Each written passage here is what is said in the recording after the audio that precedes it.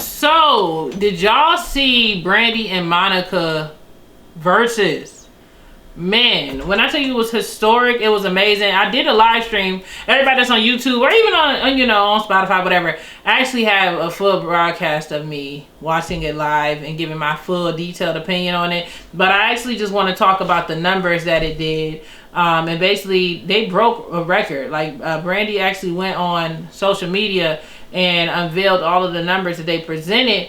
And I was watching it, and we stayed at a solid 1.2 million viewers, okay, through the entire thing, okay. But listen, they hit 1 million people while we were still waiting. The DJ was going in. I don't know who the DJ was. I don't remember them actually saying who it was. If they did, please tell me who it was, because I need some of their mixes for real.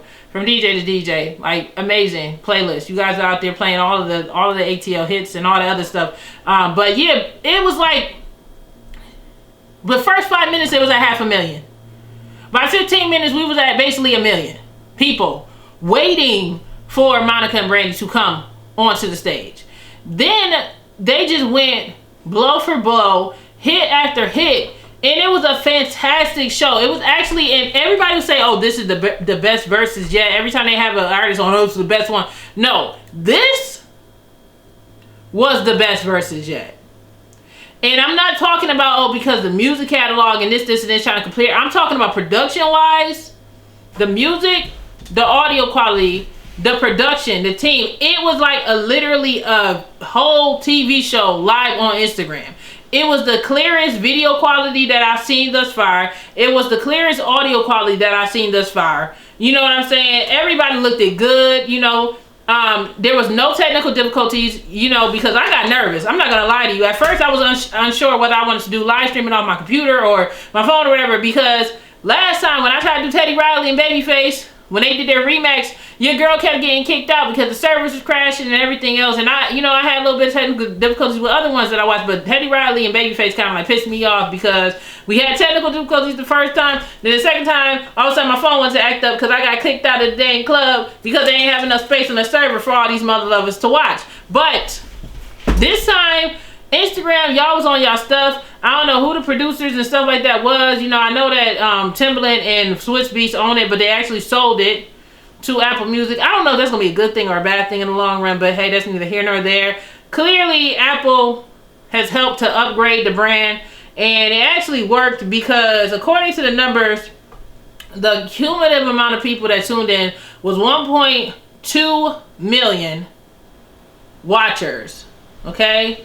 A total of 4.2 million overall viewers, because they're counting like solid. They were solid for 1 point. That was the maximum. 1.2 million was the maximum, but it was over 4.2 million people that watched. This was a 3-hour versus. So think of it like this. This is people that probably watched for like a half an hour to an hour and then decided to leave and didn't stay till then. So it was over 4.2 million people that watched.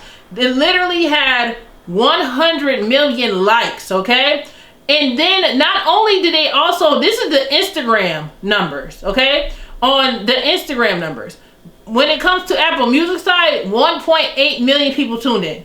1.8 million people, okay?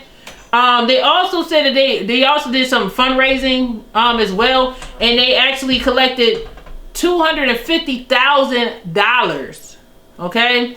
And they said that over 35,000 people clicked to sign up for voting because they actually had Kamala Harris come. That was a little weird that she popped up in there. Kind of like, I didn't expect that. But yeah, she came on there and I guess they was trying to get people to vote, whatever. Then on top of that, they said impressions, 5 billion impressions. 5 billion impressions. So that was people that clicked in, was sitting there interacting, giving comments, commentary, stuff like that.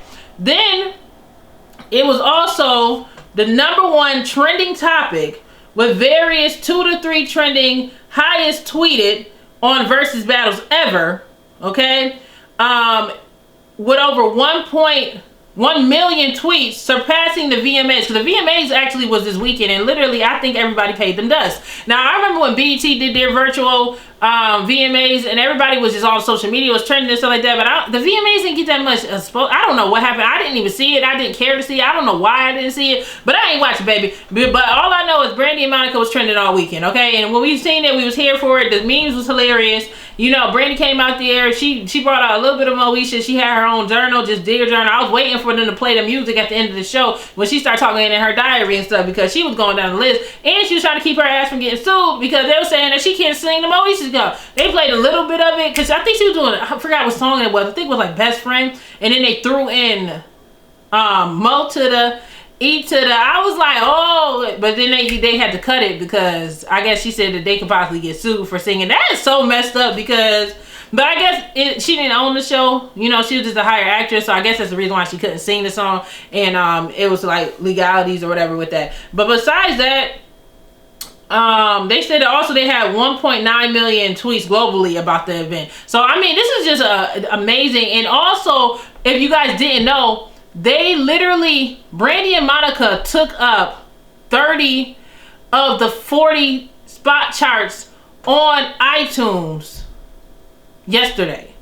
So out of 40 songs, only 10 of them wasn't Brandy and Monica's song that was trending. So everybody went crazy downloading it. We know that Brandy's album literally probably just surpassed #1, and I'm so happy for the ladies because they really deserve this. I feel like oftentimes we don't acknowledge our R&B legends, and yes, they are in the legends realm. They've been here doing this since they were teenagers, and they're still here, and I feel like they're legends. A lot of people don't want to sit there and say that Brandy's a legend, whatever. She's a legend. Monica's a legend in their own right, and I'm just so happy that we are, you know, celebrating them while they're here. We're celebrating the culture. We're celebrating all these different things, and I'm just very happy for them.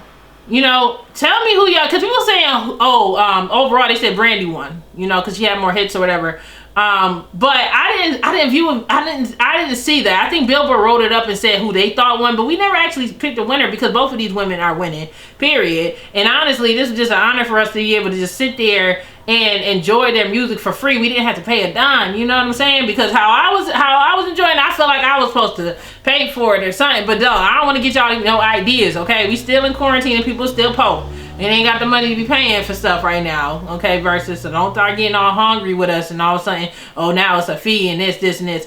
Get at another year or two before you start adding fees onto stuff like this. But I'm trying to figure out, who do y'all want to see next? Somebody said Faith Evans against Mary J. Blige, and I'm not trying to be funny, but I just feel like Mary J. Blige's catalog will crush like Faith Evans' catalog. Mary J. Blige is just, her catalog is just beast mode, period. So I just wouldn't even want to see that versus, even though Faith Evans do have some hits, you know, her catalog doesn't, you know, can't compare to Mary J. Blige. Like, it just can't, you know what I mean? I really don't know who else will go next. I mean, Mariah Carey would never do anything. That's beneath her. I feel like that's beneath, this versus thing is beneath Beyonce and Mariah Carey, like all of the big names. But do you think maybe, I don't know, because some people, you might think, we might view like maybe they feel like it's beneath them, but maybe they'll surprise us. It would be nice to see them, but I know Beyonce damn sure wouldn't do no verses. She ain't gonna do no damn verses. But yeah, who else do y'all think should do the verses? Like, I mean, we literally went through like almost all of the greats that we pretty much have. We still have a lot more, but I seen people trying to say, oh, Sade against Anita Baker, or Toni Braxton against Anita Baker. Of course, we said Faith against Mary J. Blige. We're just talking about the ladies. I'm trying to think of the men. I had this idea of damn, what was that?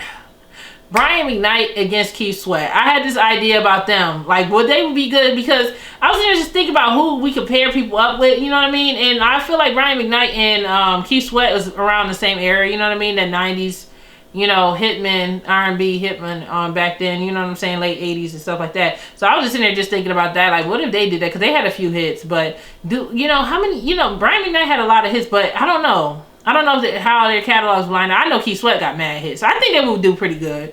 I think that would be a good matchup too if we're talking R&B. Did Bobby Brown do a versus yet? But who would he go against? Somebody. Who would he go against? If Bobby Brown ever did a versus, who do you think Bobby Brown would go against? Or New Edition. Did New Edition do verses? Because I know Bobby Brown, you know, he got a massive catalog, but catalog is kind of short as a solo artist. But I think if New Edition and, I don't know, another R&B group, I don't know. We just need to figure out who's going to be the next verses. All I know is Brandy and Monica, amazing job. And both of them actually put up some tweets, you know, some flattering tweets about each other. And it's just nice to see that these women have grown up, because a lot of times when it comes to black women in the music industry, people are always trying to put them against each other. And Monica actually started it by putting up this post about Brandy. And let me read it real quick. I gotta go back on her page so I can read it to you guys. Let me go back. All right, there it is. Boom. She posted up a lot of people. She said, "My prayers have been said, as well as many of them answer. Communication and compassion bridge a gap that not many will understand. I celebrate you, Brandy. Your legacy, music, and catalog are undeniable. B7 available now." So she's supporting Brandy and telling people to go ahead and buy her album and everything else. And I love that. And then today, this morning, Brandy replied back and she said, let me go back on her page. She said, WCW, Monica Denise, love your new song with Little Baby Trenches. Thank you for holding it up in music and never giving up no matter the trials and tribulations you have faced. Proud to stand next to you, to have made profound history with you. So you know what I'm saying? It's really nice for them to be at this point in their careers. They're both almost like, what, they almost like 40. I think Brandy's 41. Monica is 39. I think she's about to be 40. And it's nice for them to grow. And it's funny because it's like, I see a sisterhood now. Before, everybody kept seeing a rivalry, but I really see that they're friends at the end of the day. And I would love for them, I don't know, maybe do a collaboration album. I don't know. You know what I mean? Let's see how it works out, or maybe something. Because honestly, I thought they was going to sing The Boy Is Mine, but Monica was like, girl, listen, boys, listen. Y'all going to have to pay for these vocals, okay? Because I am not singing. But Brandy was really into it, you know? But y'all tell me what y'all think about that, and let's talk about the next topic. DJ